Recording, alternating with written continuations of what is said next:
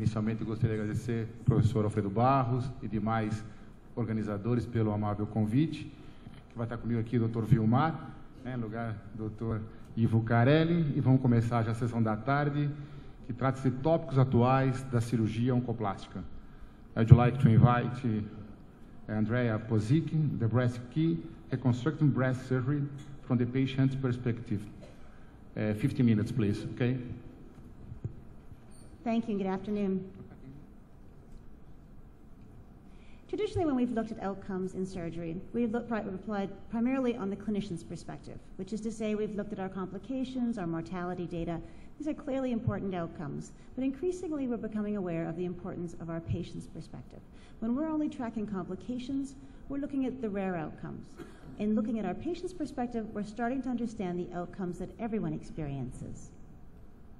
Patient-reported outcomes are those aspects of outcome that only our patients can tell us about. So in the context of breast surgery, these are things like satisfaction, quality of life, so sexual well-being, psychosocial well-being, and adverse effects like pain. We measure patient-reported outcomes with PRO instruments. Essentially, these are specially designed questionnaires that allow us to quantify things that we previously considered subjective or soft. The Breast Q is an example of a condition-specific PRO instrument, which means that essentially it was designed specifically to look at the unique issues of breast surgery patients. I'm not going to go into all the details of the development and validation of the Breast Q, but just to give you a sense of the scope of this project. This was a big project. Over a 5-year period, we had help from over 2,000 women who helped us in developing the measure. It's now been validated, it's been validated in a sample of 10,000 patients and translated and linguistically validated in 13 languages, of which one is Portuguese for Brazil.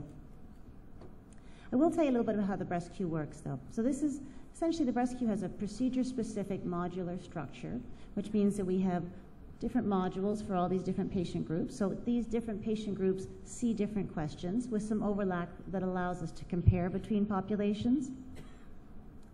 Each of the modules has the same underlying structure. And in these structures, we have questions that look at quality of life, so physical, psychosocial, sexual well-being, and satisfaction, so satisfaction with breasts, outcome, and care.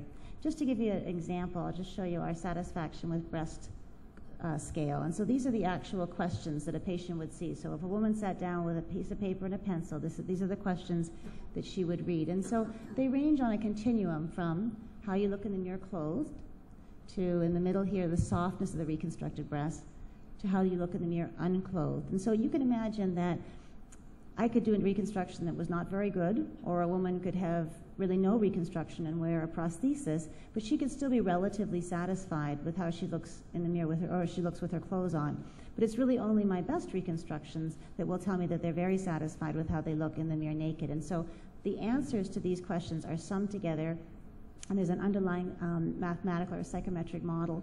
But this gives us a 0 to 100 number, with a higher number meaning higher satisfaction, or for our quality of life scales, a higher number meaning better quality of life.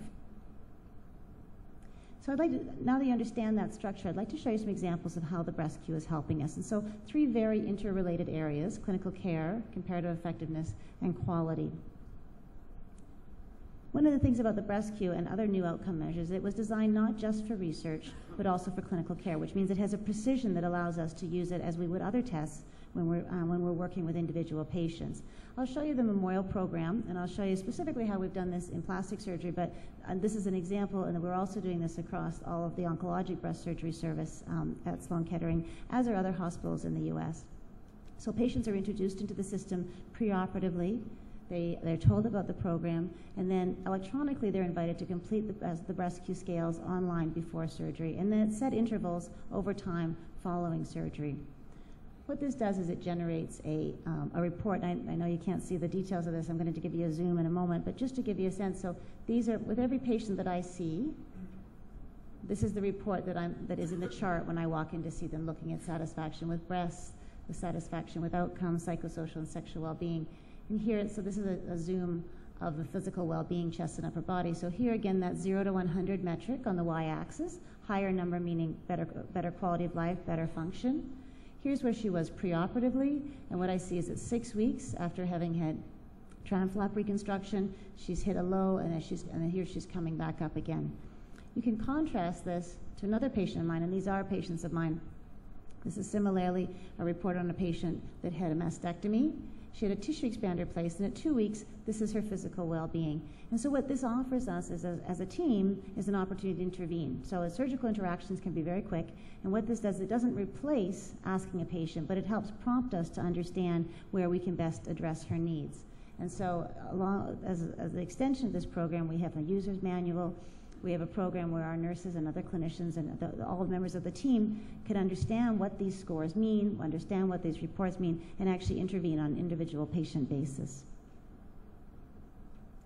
So moving from clinical care to comparative effectiveness, which I think are very much intertwined, I'll give you some examples here. And I think reflecting on also that our comparative effectiveness research is very much, that tells me what I do with patients, but is also how I talk to patients about expected outcomes.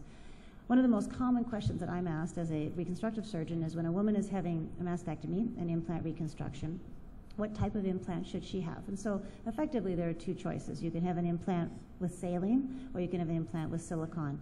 And I can talk about all the risks, and I can talk about the need for future surgeries, but the most common question that I'm then asked is, well, what do other women in your practice tell you about these different implants? And so up until quite recently, I didn't have a very good answer. But this is Breast Q data. This was published in Cancer in 2010 by my partner, Colleen McCarthy. And what this shows is that this is an adjusted analysis for things that you know would be important, like radiation, laterality, BMI, time since reconstruction. But what came out very strongly here, and here if we look on our y-axis, here's the satisfaction with breast scale. And patients who had silicone reconstruction, so there's not for augmentation, but for reconstruction, had significantly higher satisfaction with their breasts with silicone implants. This doesn't mean that all women should have silicone implants, but when I'm talking to a patient and she's asking me these questions, I can now give her information that's based on how hundreds of women have responded and given us their opinions. What I think is actually even more exciting and interesting than that is that what this tells me is we're looking at new approaches to reconstruction, new devices. The Breast Q will be a tool that will be able to understand what truly is working better and in which patient populations. We can also use the Breast Q to help us understand trends that are happening in breast surgery. So in the US, what we're seeing is there's definitely a rise in implant reconstruction. This is a paper published by my partner, Evan Matros, and what you see here is the red line here is implant reconstruction rising. Here we have breast reconstruction overall, and what is flat in green is autologous reconstruction, so reconstruction using your a patient's own tissue, which is most often the lower abdominal tissue. So this is a multifactorial issue, but in terms of why this is happening, but is it a good thing, is it a bad thing, what are the implications? And so this is Breast Q data from the University of Michigan. Again, here we see on the this is the y-axis. Blue here is tram flap reconstruction, meaning autologous reconstruction. Red is implant reconstruction, and down here we have years from reconstruction. So this is a cross-sectional survey. This is not women that were followed for 20 years, but if you do a cross-sectional survey of women who've had reconstruction with implants compared to women who've had reconstruction with their own tissue, this is what we see. And there's been subsequently 2 other studies that have also confirmed this finding. This doesn't mean that implant reconstruction is a bad thing or that women shouldn't have implant reconstruction. But this is very helpful information when I'm talking to a patient to help her make these decisions, to help her understand that an expected outcome of implant reconstruction is that her satisfaction with her breast may change over time and may likely diminish. And the reason for this is quite straightforward in terms of issues around changing in the other breast, weight changes, weight gain, scar tissue forming. One other example in terms of how we can look at trends. So what we also are seeing in the US is an increasing frequency of bilateral mastectomies. And this is, again, is multifactorial, and I won't go into that for the interest of time, but here we see this is unilateral mastectomies, bilateral mastectomies over time. And again, so what are the implications for patients? The implications in my practice are just more and more women are coming in and asking me, I'm thinking of having my other breast removed. Can you tell me a little bit of what that means from the perspective, from my reconstructive perspective and expected outcomes? This is data that Dr. Monica Morrow and Terry King at Sloan Kettering collected using the Breast Q, and I'm just going to set you up a little bit with this one. It's a little more complicated. This is satisfaction with implant, so implant breast reconstruction. And what we see here is this is a group of women on the unilateral. They had a cancer in one breast, they had a mastectomy, they had implant reconstruction. They either left the other breast alone or they had what we call a symmetrizing procedure, so an operation to help make it match, but not a mastectomy. Over here we have women who chose to have the other breast removed prophylactically. And what's important to note here is that this is at a mean follow-up of 4.5 years. So these are women who are quite a ways away from their cancer diagnosis and their surgery, and there's a very strong signal here that patient satisfaction with bilateral reconstruction is a more stable entity in the longer term. Doesn't mean that everyone should have bilateral mastectomies, but it's useful information for women when they're making decisions. Just 2 other studies I'll mention to you that are coming down the pipe, but you'll be seeing publications about in the future. The Mastectomy Reconstruction Outcome Consortium. I lead this with Dr. Ed Wilkins at the University of Michigan. This is a R01-funded 5-year study. We hope to enroll 5,000 patients, and we're well on our way. And again, this will be following prospectively a cohort of patients with the Breast Q. So this will help us, this will give us very valuable data on different techniques, expected outcomes, again, that what's working best in which patients. Another study, this is Duke University. I think this is very innovative and very interesting. They used the Breast Q in collaboration with the Army of Women and sent out a call to the Army of Women, and in a really short time period, 7,600 patients responded.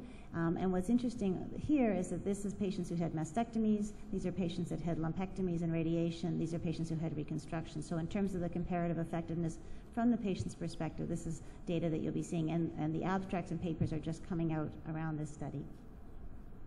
So I'm just going to wrap up with one comment around quality and how we can use the Breast Q data for looking at quality. So the Breast Q this is the structure that I've shown you, and if you look, we have different scales that look at satisfaction, and so satisfaction with care is one aspect that the Breast Q also evaluates. And with that, we have satisfaction with information, with the surgeon, so the interaction with me, and also with my team and the office staff. And so these are the kinds of questions, I know you can't read this, but about satisfaction with information. They range on a continuum from just how the surgery would be done to, on the far end, explaining to women what other women like her have experienced. And this, again, sums on a 0 to 100 number. Why is this important? Why is good preoperative information important to women? This is a study that will be published, it's coming out in the press, it's in August, and this is a group in the University of British Columbia, 500 women looking at the indicators or prognostic indicators of higher satisfaction with outcome and with their breasts.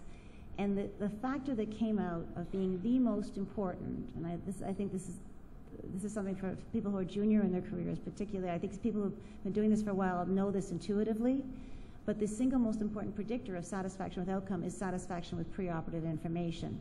More important than what kind of surgery you did, whether you had complications, whether you had radiation, whether you had chemotherapy, any of your other treatment variables.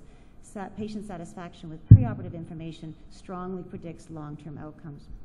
And so this is the information that I see every time I see a patient. I see this is a patient who is satisfied with me as the surgeon in terms of my interpersonal skills and with my team, but still, I'm still not hitting the bar in terms of my information. It's also at Sloan Kettering, we have a quality metrics dashboard, and this is an integral part of our quality metrics dashboard. So it's continual feedback about how I'm doing in terms of informing my patients and interaction. So here you see this is each surgeon gets an individual report, and these are the other surgeons in our group, and then satisfaction with surgeons similarly with individual surgeon and then the other surgeons in the group. So really allowing us to understand how we're a group of 6 and how we fall within the continuum of my partners. Final example, again, looking at quality. The National Health Service in the United Kingdom performed a breast surgery audit across the whole of the United Kingdom. This wrapped up last spring. And what they did is they were able to administer to 8,000 women the Breast Q, and they were followed at 3 months post-surgery and then up to 18 months post-surgery. They had an 85% response rate, and they looked across the whole of the United Kingdom, looking at Breast Q responses by adjusting for the things that we know would be important, like disease stage and radiation, and looking for the correlations between superior or inferior outcomes. And this is the satisfaction with information. You can see our 0 to 100 number here. This is a funnel plot, when basically each of these dots is an individual surgeon. In this plot, this is a 95% confidence interval, and this is mean scores. So satisfaction with information, these folks are doing a particularly good job. I should say down here on the x-axis here, this is provider volume. So in the UK, they looked at what are these groups that are doing a particularly good job informing their patients, and what can be taken away from those groups to understand and then be emulated across the rest of the United Kingdom. Similarly, they looked at satisfaction with breast to understand what units were having superior outcomes, which units were having inferior outcomes, and that was used to really restructure how in the 15 months since this report, there's been a lot of restructuring to help improve outcomes, not just the surgical outcomes, technical surgical outcomes, but also preoperative information. So in conclusion, understanding our patient's perspective is critical to optimize our clinical care and shared medical decision making. So my decisions, but also the information that I share with my patients. The Breast Q is just one example of this new generation. I think you'll be seeing more of these type measures, condition-specific patient-reported outcome measures designed not just for research, but also for clinical care. And they can efficiently inform our clinical care, our patient education, comparative effectiveness research, and quality. Thank you.